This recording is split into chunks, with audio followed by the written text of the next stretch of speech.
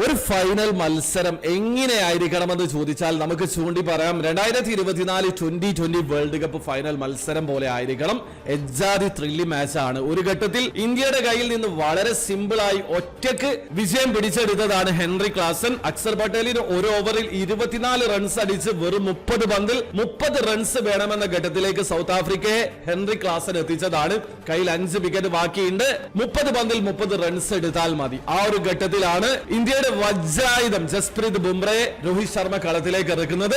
ആ ഒരു ഓവറിൽ തന്നെ സൗത്ത് ആഫ്രിക്ക ഒന്ന് പതറിയിട്ടുണ്ട്. പക്ഷേ അവിടെ ഹെൻറി ക്ലാസൻ ഉള്ള സമയത്തോളം ഇന്ത്യക്ക് വിജയം സ്വപ്നം പോലും കാണാൻ പറ്റാത്ത ഒരു സാഹചര്യമായിരുന്നു. അടുത്ത ഓവർ എറിയാൻ വരുന്നത് ഹാർദിക് പാണ്ഡ്യയാണ്. ആദ്യ പന്തിൽ തന്നെ വിക്കറ്റ് കീപ്പറുടെ കയ്യിലേക്ക് പന്തെത്തി. Henry Klaasen out. Break through നൽകിയിട്ടുള്ളത് ഹാർദിക് പാണ്ഡ്യ ആണെങ്കിൽ പോലും റണ്ണ് കൊടുക്കാതെ പിശുക്ക് കാട്ടി ഇന്ത്യ മത്സരത്തിലേക്ക് തിരിച്ചു കൊണ്ടുവന്നിട്ടുള്ളത് ജസ്പ്രീത് ബുംറയാണ്. അടുത്ത ഓവർ ബുംറ എറിയുന്ന സമയത്ത് ബാറ്റ് ചെയ്യാനുള്ളത് ജൻസനും ഡേവിഡ് മില്ലറുമാണ്. ആ ഒരു ഓവറിൽ ആകെ 2 റൺസ് മാത്രമാണ് സൗത്ത് ആഫ്രിക്കക്ക് എടുക്കാൻ കഴിഞ്ഞിട്ടുള്ളത്. സത്യം പറയുകയാണെങ്കിൽ ഒരു ബാറ്റ്സ്മാൻ കൂടി സൗത്ത് ആഫ്രിക്ക നിരയിൽ ബാക്കിയുണ്ടായിരുന്നെങ്കിൽ ഈ ഒരു റിസൾട്ട് ഇന്ത്യക്ക് അനുകൂലമാക്കാൻ പാടായിരുന്നു. കാരണം 19ാം ഓവർ എറിയാൻ വന്നിട്ടുള്ള അർഷദീപ് സിംഗിനെ ആദ്യത്തിൽ തന്നെ 6 അടിക്കാൻ ശ്രമിക്കാതെ സിംഗിളിനാണ് കേശവ് മഹാരാജ് ശ്രമിച്ചിട്ടുള്ളത്. അവിടെ ഒരു ബാറ്റ്സ്മാൻ ഉണ്ടായിരുന്നെങ്കിൽ സൗത്ത് ആഫ്രിക്കക്ക് ഇങ്ങനെ ഒരു സമ്മർദ്ദം ഉണ്ടാകില്ല.